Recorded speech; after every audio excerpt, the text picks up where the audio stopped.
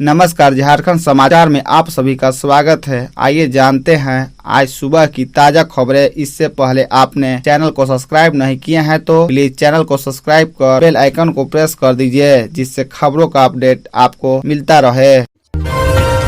पश्चिमी सिंहभूम में आसमान से बरस रही आग, अभी से पारा 41 डिग्री के पार। सूर्यदेव के तेवर तलक होते ही पारा ने छलांग लगा दी है। पश्चिमी सिंहभूम में पिछले 2 दिनों से आसमान से आग बरस रही है। अचानक बढ़ी गर्मी से लोग बेहाल है। बुधवार को अधिकतम तापमान 41.2 डिग्री सेल्सियस रहा। वही आर्द्रता अधिक रहने से लोग पसीने से तरबतर हो रहे हैं। इस मौसम में डिहाइड्रेशन का खतरा रहता है। मौसम विभाग का कहना है कि अभी गर्मी से राहत की संभावना नहीं है। अगले 7 दिनों में पारा 2 डिग्री और ऊपर छलांग लगाएगा। गुरुवार को 1 डिग्री और शुक्रवार को 2 डिग्री चढ़ने का अनुमान है। इसके बाद 2 दिनों तक यही स्थिति रहेगी। 17 अप्रैल को तापमान बढ़कर 43 डिग्री सेल्सियस तक पहुंचेगा। इसके बाद तापमान ऊपर नीचे होता रहेगा। दिन के तापमान में बढ़ोतरी के साथ रात भी गर्म होने लगी है। बुधवार की रात न्यूनतम तापमान 23 डिग्री सेल्सियस रहा। बुधवार की सुबह सैर मॉर्निंग वॉक पर निकले लोगों को हल्की गर्म हवाओं का सामना करना पड़ा।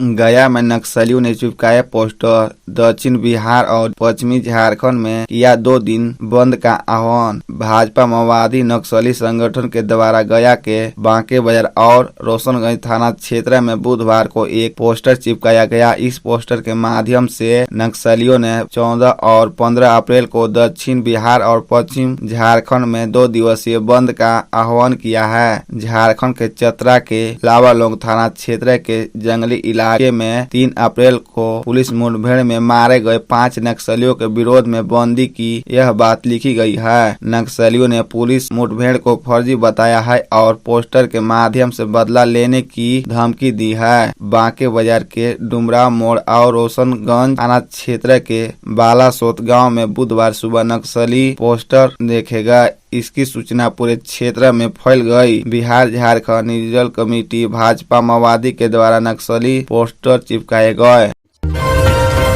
झारखंड में 24 घंटे में 29 नए कोरोना संक्रमित। फिर बढ़ रहा है कोरोना का खतरा, स्वास्थ्य विभाग अलर्ट। दूसरे राज्यों से आने वालों का होगा टेस्ट। झारखंड में कोरोना संक्रमण के मामले बढ़ रहे हैं। लगातार बढ़ते मामले ने राज्य की चिंता बढ़ा दी है। झारखंड में कोरोना संक्रमितों की संख्या बढ़कर 99 तक पहुँच गई है। झारखंड में बढ़ते संक्रमण के मामले को लेकर स्वास्थ्य विभाग ने भी अलर्ट जारी किया है और सतर्क रहने की अपील की है। देश भर के कई राज्यों में एक बार फिर संक्रमण के मामले बढ़ रहे हैं। पिछले 24 घंटों में कोरोना संक्रमण के 29 नए मामले सामने आए हैं। राजधानी रांची में एक्टिव कोरोना मरीजों की संख्या 29 पहुंच गई है। सोमवार को राज्य भर में करीब 14 नए मरीज कोरोना संक्रमित मिले थे। स्वास्थ्य मंत्री बन्ना गुप्ता ने रविवार 10 अप्रैल को वीडियो कॉन्फ्रेंसिंग के जरिए राज्य के विभिन्न जिलों के डीसी और सिविल सर्जन के साथ बैठक की थी। झारखंड के 24 जिलों में से 14 जिलों में अभी कोरोना के एक्टिव केस हैं। सबसे ज्यादा 38 एक्टिव केस रांची में मिले हैं।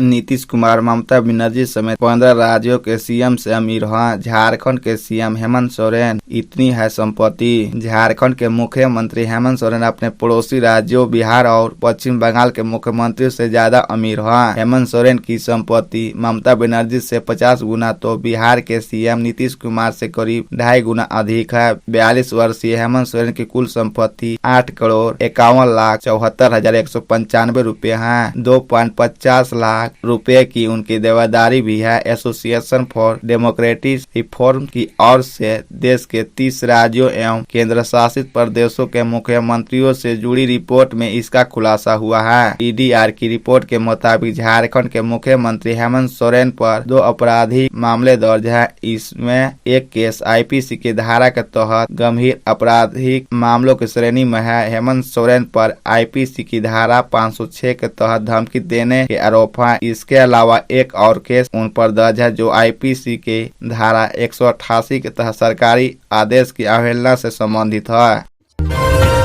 देसी जुगाड़ से बनी ये गाड़ी सबको कर रही आकर्षित। लोहरदगा की सड़कों पर लगा रही पराठेदार दौड़। देसी टेक्नोलॉजी से तैयार किया गया एक ऐसी चरपहिया वाहन हाल के दिनों में लोहरदगा जिले की सड़कों पर पराठे के साथ दौड़ लगा रही है। इस वाहन का दिलचस्प पहलू यह है कि आमतौर पर अन्य कार बनाने वाली ब्रांडेड कंपनी की तुलना में इस चारपहिया वाली वाहन में भी एक ड्राइविंग सीट और स्टीयरिंग वगैरह के साथ साथ लेटर है, जो अन्य किसी भी ऑटो की स्पीड से इस वाहन का स्पीड कम नहीं है। बावजूद ग्रामीण देसी जुगाड़ टेक्नोलॉजी से बनाए गए इस वाहन में ना तो नंबर प्लेट की आवश्यकता है और ना ही इंजन नंबर व चेसिस नंबर की जरूरत। इसके साथ ही किसी भी जिले के परिवहन विभाग में निबंधित करने की आवश्यकता नहीं है। बस वाहन खरीदे और धड़ल्ले के साथ वाहनों को सड़कों पर दौड़ाइए। धीरे धीरे ऐसे वाहनों की संख्या में जिले में लगातार बढ़ोतरी हो रही है। फिलहाल 5 दर्जन से अधिक ऐसे वाहन लोहरदगा की सड़कों पर दौड़ लगा रही है।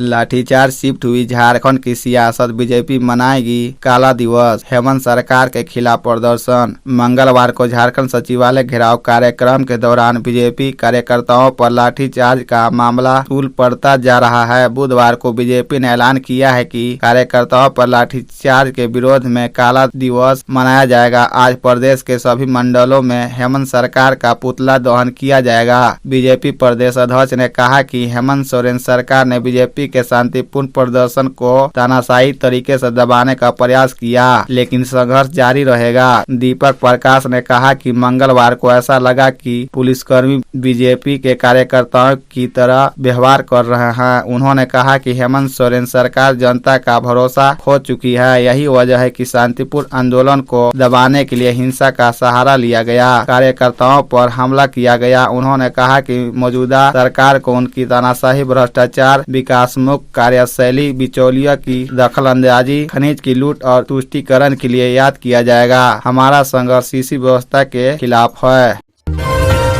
इंजीनियर की काली कमाई को सफेद करने वाला गिरफ्तार। भ्रष्टाचारी इंजीनियर वीरेंद्र राम के भाई आलोक रंजन को ईडी ने पकड़ा। खुलेंगे कई बड़े राज। भ्रष्टाचारी इंजीनियर वीरेंद्र राम के और गहरे राज खुलेंगे। ईडी ने ग्रामीण विकास विभाग के निलंबित मुख्य अभियंता वीरेंद्र राम के चचेरे भाई आलोक रंजन को गिरफ्तार कर लिया है। बताया जाता है कि आलोक इस घोटाले कई ऐसे राज जानता है जिससे भ्रष्टाचार के कई मामले उजागर हो सकते हैं। ईडी ने आलोक की गिरफ्तारी रांची स्थित घर से ही की है। गिरफ्तारी के बाद आलोक को ईडी कार्यालय लाया गया। आज उससे कई मामलों में पूछताछ हो सकती है। इसके बाद ईडी इसकी रिमांड के लिए आवेदन करेगी। आलोक इसलिए भी महत्वपूर्ण है क्योंकि वीरेंद्र राम के अवैध कमाई से अर्जित पैसों को सही जगह निवेश करना, उसकी देखभाल करने की पूरी जिम्मेदारी इसी की थी।